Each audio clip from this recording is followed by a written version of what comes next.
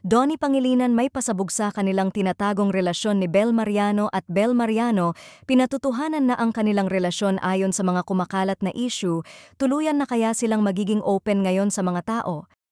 Recently lang sa kanilang interview ay naisaad ni Donnie na kahit ano paman ang mga pangarap o gustong mangyari pa ni Bel sa kanyang buhay, o kahit sa pag-aaral nga ng actress, na pag-uusapan naman daw nila na talagang tutuparin ang kanilang mga pangarap at talagang susuportahan niya ito, at nasa tabi lang siya ni Bel para mag-cheer nga dito, at sana nga daw ay maabot pa ni Bel lahat ng mga pangarap niya sa buhay. Ganun din naman ang gustong mangyari din ni Bel para kay Donnie.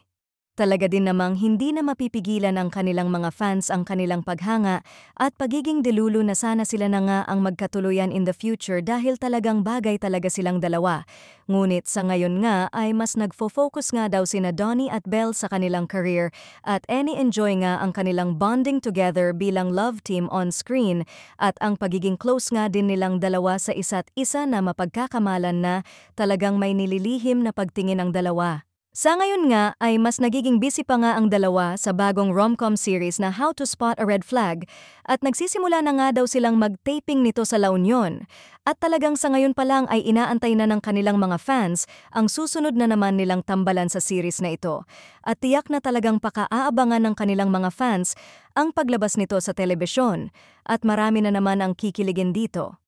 Sa mga kumakalat namang mga issue ngayon sa kanila na may lihim na relasyon ang dalawa ay wala namang kumpirmasyon sa dalawa at kinabigla nga din nila ang pagkalat ng issue na ito dahil talagang para sa kanila ay ginagawa lamang nila ang kanilang best na mapasaya ang kanilang mga fans at ang pagiging sweet at close nga nila sa isa't isa ay kailangan nga din nila para mas mag-build up pa ang chemistry at mas magawa pa nila ng maayos ang kanilang mga aktingan.